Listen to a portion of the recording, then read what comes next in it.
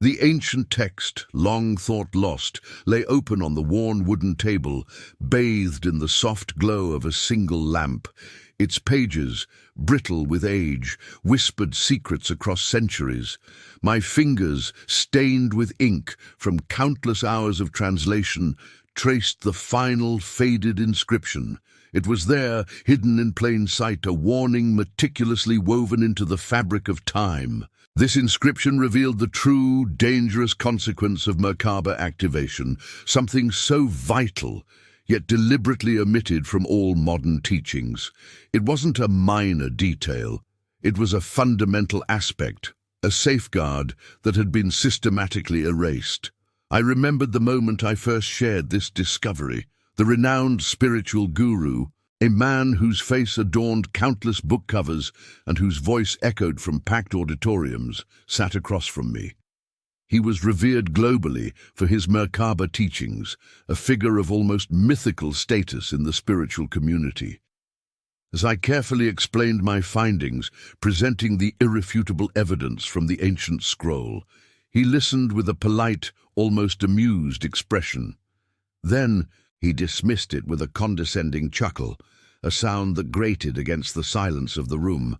He declared it a baseless, fear-mongering tactic from unenlightened times. His words, laced with disdain, branded the discovery as irrelevant, a quaint historical footnote with no bearing on contemporary practice.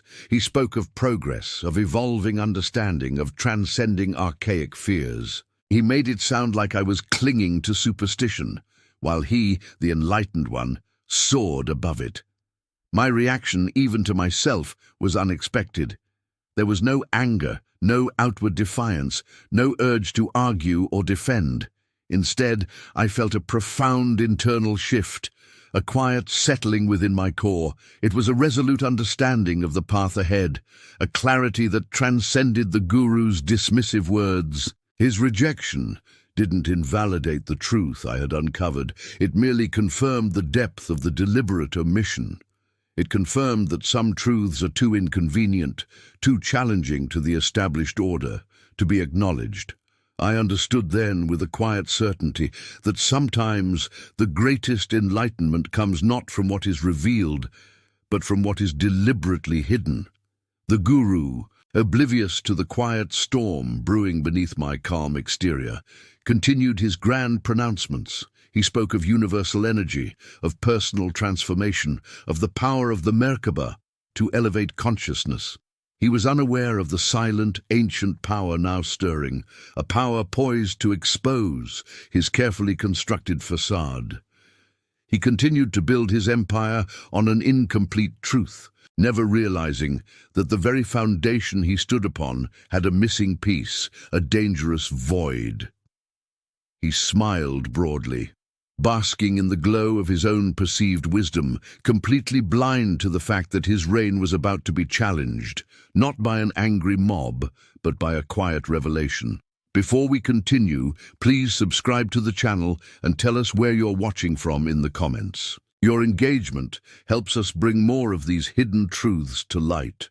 My journey, the one that led me to that ancient text, began much earlier, in a quiet, unassuming apartment. It was a small place, usually cluttered with stacks of esoteric texts, dog-eared journals, and maps of forgotten lands. My initial fascination with Merkaba activation wasn't born from a spiritual quest, but from a purely academic curiosity. I was driven by a thirst for ancient wisdom, a desire to understand the hidden mechanics of reality that older civilizations seemed to grasp so much better than us. It started as a puzzle, a historical mystery waiting to be solved.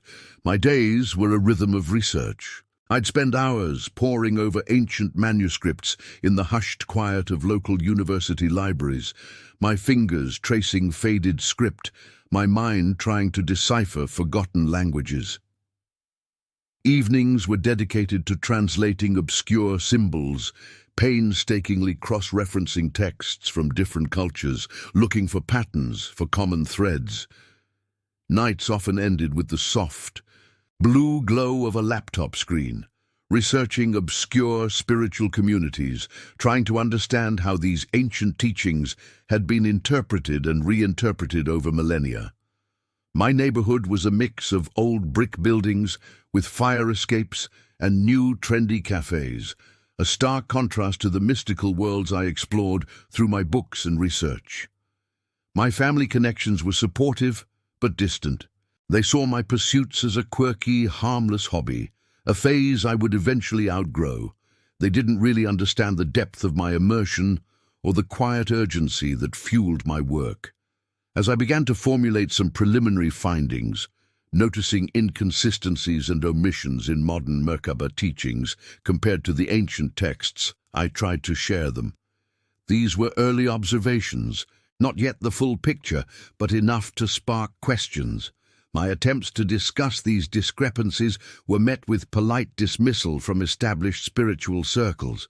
I remember posting on a prominent online forum dedicated to Merkaba, carefully outlining my research, only for the moderator to delete my posts, citing disruptive content. It was a strange feeling, being censored for asking questions. Another time, I tuned into an online Q&A with a renowned author of a popular Merkaba book. I subtly brought up some of the historical context I'd found, suggesting a deeper, perhaps more complex understanding might be needed.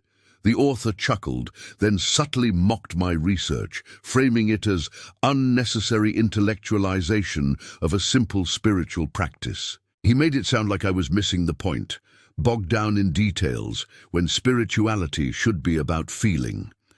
These small acts of invalidation, though seemingly minor, slowly chipped away at my initial enthusiasm. It wasn't outright hostility, but a subtle, pervasive dismissal that made me question myself. The realization dawned on me that the spiritual community, often portrayed as open, accepting and inclusive, had its own gatekeepers, its own entrenched dogmas, and its own unspoken rules. There was a subtle pressure to conform to accepted narratives, to not rock the boat, to simply embrace what was being taught without question. This created a growing internal conflict. I began to feel isolated in my pursuit of a truth that many seemed unwilling to confront, or perhaps were simply unaware of. It was like shouting into a void, knowing what I knew, but finding no one willing to listen, let alone truly hear. The path ahead felt lonely, yet more important than ever. During one particularly long night, deep into a research session that blurred the lines between days, I was cross-referencing ancient Egyptian hieroglyphs with Vedic scriptures. It was a tedious process, involving countless hours of translation and comparative analysis, but I knew the answer had to be hidden in the connections between these seemingly disparate cultures. And then, there it was. A recurring symbol, often depicted alongside structures that undeniably resembled the Merkaba, appeared again and again. This symbol, which I had initially dismissed as a decorative element, consistently showed up in contexts that described a specific, intense energetic feedback loop, a phenomenon I could only describe as a reversal of flow. It was a critical, energetic dynamic, almost like an internal short-circuit if not managed correctly, and it was conspicuously absent from all contemporary Merkaba guidance. This was the missing piece. This was the forbidden truth that had been deliberately excised from modern teachings, not because it was irrelevant, but to make the practice seem universally benign, safe for mass consumption without proper understanding or guidance. The moment of realization hit me with the force of a physical blow. I understood then that the Guru's teachings, and indeed much of the popular Merkaba instruction, were not just incomplete, but actively misleading. By omitting this crucial, energetic feedback loop, they were potentially leading countless practitioners to unforeseen energetic imbalances, perhaps even spiritual disorientation, all in the name of simplified accessibility.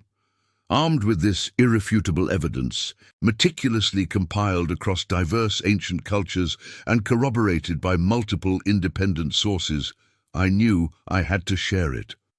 I didn't approach it as an accusation, but as a scholarly correction, a vital piece of information that had been lost or deliberately hidden. I presented my findings to a global online community, carefully outlining the historical context, the textual evidence, and the energetic implications. The evidence, clear and undeniable, quickly spread. It wasn't sensationalism that fueled its virality, but the sheer weight of historical data. My research sparked widespread debate and concern among practitioners and scholars alike. The guru's carefully constructed empire began to crumble under the weight of these revelations.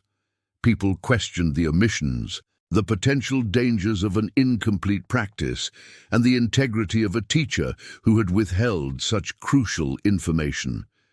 His followers, once unwavering in their devotion, started seeking answers elsewhere, feeling a profound sense of betrayal by the incomplete knowledge they had received. The guru, unable to refute the historical and energetic data I had presented, saw his influence wane. His workshops, once overflowing with eager students, now stood half-empty. His books, once bestsellers, began to fall from grace as critical reviews surfaced, highlighting the glaring gaps in his teachings.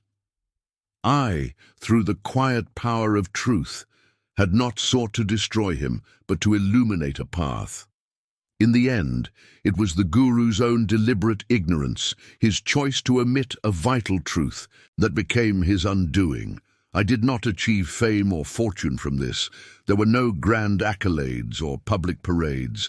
Instead, there was a quiet, deep satisfaction in bringing a vital, long-suppressed truth to light.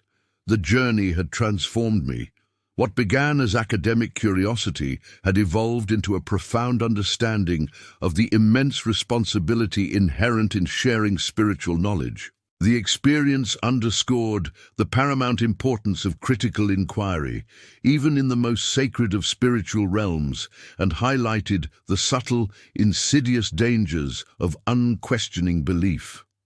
I continued my research, but with a renewed and unwavering focus on integrity, comprehensive understanding, and ethical dissemination. I became a quiet advocate for holistic and balanced spiritual exploration, valuing depth and complete truth over simplified popularity.